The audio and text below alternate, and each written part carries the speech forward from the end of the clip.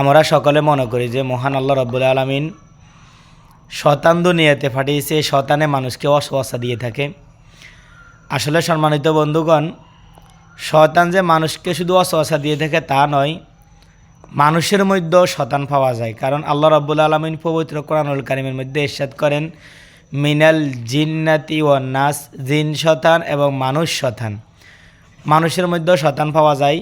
আসলে আপনি কিভাবে বুঝবেন যে মানুষের মধ্যে শয়তান আছে, সে মানুষ শয়তান কিভাবে চিনবেন? আপনি যখন নামাজের সময় হয়েছে, আপনি নামাজে না গিয়ে দেখবেন দোকানে বসে থাকবেন, রাস্তাখানায় বসে থাকবেন, আড্ডা দিবেন। আর যারা আপনাকে মসজিদে যাইতে বলবে না, তারাই হচ্ছে মানুষ শয়তান।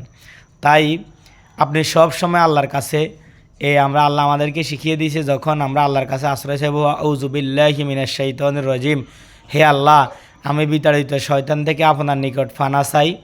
তাই আমি আমার সম্মানিত সকল বন্ধুদেরকে বলবো যে আল্লাহ তাআলা আমাদেরকে এই দুনিয়াতে আসলে ক্ষণস্থায়ী দুনিয়াতে পাঠিয়েছে। আমরা এই দুনিয়াতে ছিলাম না, আসি, আবার থাকবো না। এটাই হচ্ছে আমাদের অস্তিত্ব। আমরা একদিন এই দুনিয়াতে ছিলাম না। আপনি যদি একবার চিন্তা করে দেখেন, আপনি এখন যেই ঘর, যে জায়গা জমি আপনার বলতেছেন, এই জায়গা জমি একদিন আপনার বাবা বলছে তার, আপনার বাবার আগে আপনার দাদা বলছে তার, তাহলে দাদা চলে গেছে, পরবর্তীতে জমির মালিক হয়েছে কে? আপনার বাবা। এখন আবার আপনার বাবা চলে গেছে, মালিক হচ্ছেন আপনি।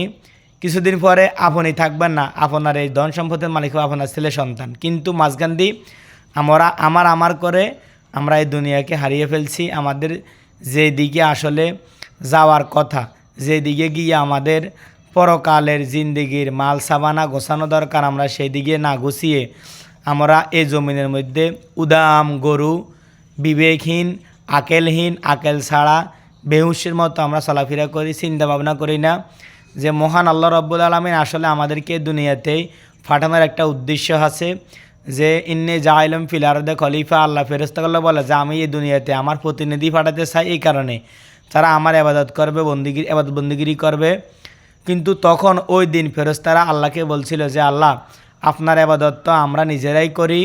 আসলে সম্মানিত বন্ধুগণ, ফেরেশতারা এমন এক ফেরেশতা, আল্লাহর এমন এক সৃষ্টি, তারা ঘুমায় না, খানা খায় না, কিছু করে না, সবসময় আল্লাহর ইবাদতে পড়ে থাকে। তারপরেও আল্লাহ তাদেরকেও বলতেছে না আমি আমার প্রতিনিধি পাঠিয়েব। আসলে আমাদেরকে আল্লাহ তাআলাই দুনিয়াতে পাঠিয়েছে, এবং কি মানুষ হিসেবে পাঠানোর পরে আমাদেরকে নির্দিষ্ট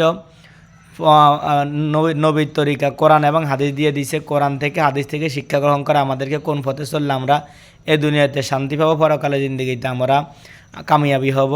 তাই আমি বলবো যে আপনি যদি আসরের নামাজ সময় হয়ে গেছে, মাগরিবের নামাজের সময় হয়ে গেছে, এশার নামাজের সময় হয়ে গেছে, আপনি যদি মসজিদে